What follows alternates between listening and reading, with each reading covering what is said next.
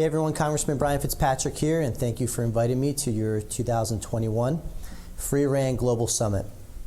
And as a co-sponsor of House Resolution 118, which expresses support for the Iranian people's desire for a democratic, secular, and non-nuclear Republic of Iran, and condemns violations of human rights and state-sponsored terrorism by the Iranian government, it is an honor to speak with you today.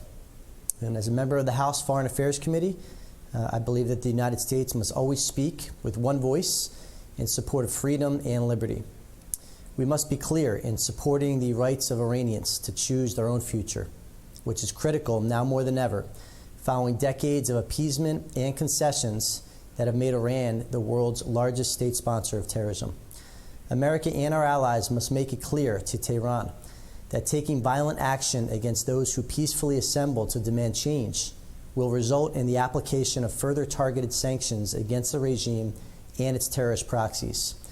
In the days following November 15th of 2019, the Iranian government cracked down on protests, leading to the death of 1,500 protesters, the bloodiest anti-protest crackdown since the Islamic Revolution in 1979.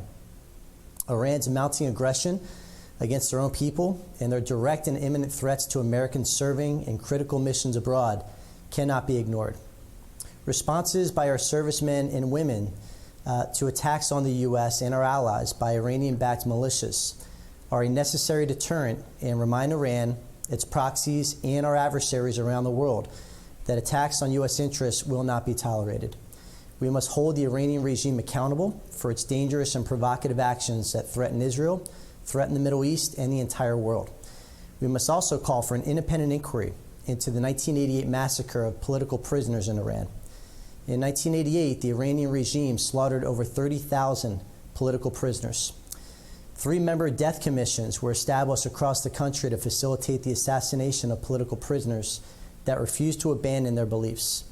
These victims were buried in unmarked mass graves, and under international law, the Iranian regime must guarantee the families of victims their rights to know the truth about the fates and the burial places of their loved ones.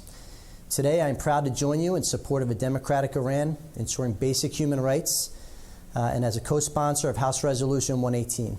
Know that I will always have your back and will continue to promote a free Iran throughout my entire tenure in Congress.